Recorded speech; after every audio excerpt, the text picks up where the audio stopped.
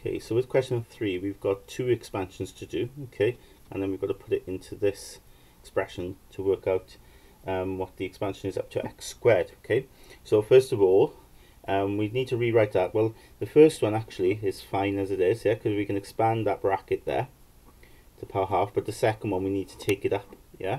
So it'll be negative power then, negative 2. Now, because there's just 1 there, yeah, I don't need to write anything here. You could put 1 if you want, but you're just taking that up to negative power 2.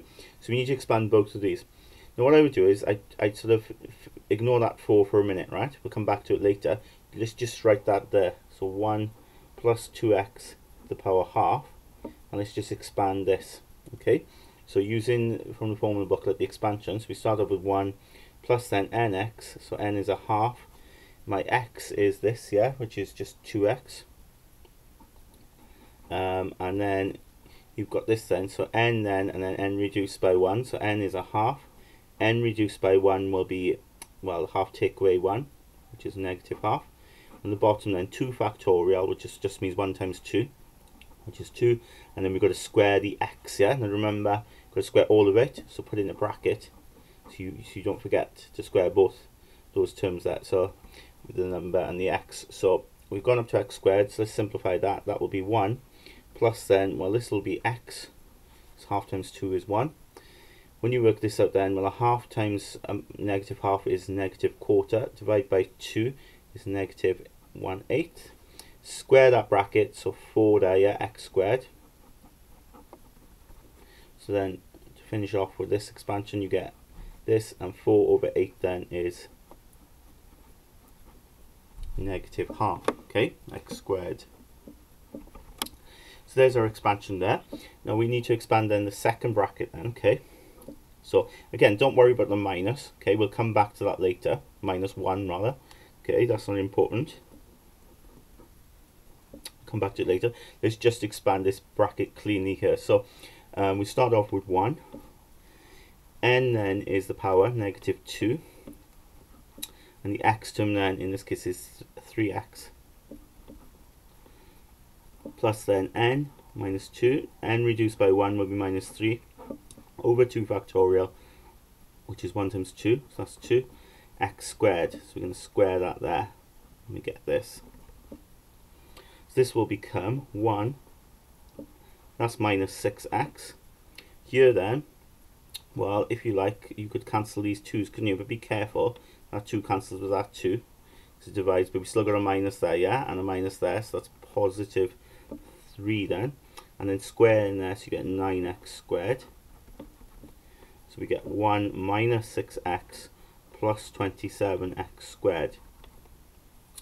So you've got the expansion of both brackets. Now we just got to sub it into this, right? So it might be useful to just rewrite that.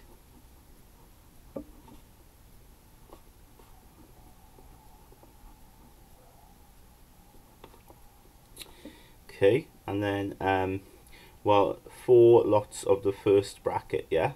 So 4 lots of this. So let's put this expansion in a bracket, because we want to, we've got to times it by 4, haven't we? So 1 plus x minus half x squared. And then take away then this expansion. Now we've got to take it away, yeah? So again, put that expansion in a bracket, because that take away means you've got to take away every term. Okay, so we get 4 times 1 is 4. 4 times x is 4x. 4 times minus half is minus 2x squared. Here then, minus, now you remember, because you've taken away that bracket, you're taking away each term. So minus the 1, minus the minus 6. Okay, so minus and minus make a plus. So plus 6x, and minus then 27x squared. So finally then we get, well, 4 take away 1 is 3. 4x plus 6x is 10x. Minus 2x squared minus 27x squared is minus 29x squared. So there's our expansion up to x squared. Then says what is the the range of the values which the expansion is valid. Now because we've expanded both, we've had to expand both using the binomial theorem. Okay, we need to check both ranges, and then we're going to pick the smallest one. So the range for this one here, okay, well, you put 2x in the modulus there, yeah, which means then x has got to be less than a half. Okay, and for the other one, you put 3x in there, which means then x would be less than a third. Now we have to choose the smallest range. Okay, you always got to go with the smallest, because if you go with the biggest, then there will be certain values that won't work in the smallest expansion. So the biggest range is this one here, which is a half. Okay, so suppose you picked something like, suppose you went with this, well then there'll be certain values of x, such as for instance 0.4, which would work in here, but will not work in here, because 0.4 is outside of that range, even though it's inside that range. So you've got to pick the smallest so that it satisfies both. Okay, so you say that the expansion is valid for x is less than a third, the smallest, okay, i.e. greater than negative a third, less than positive third.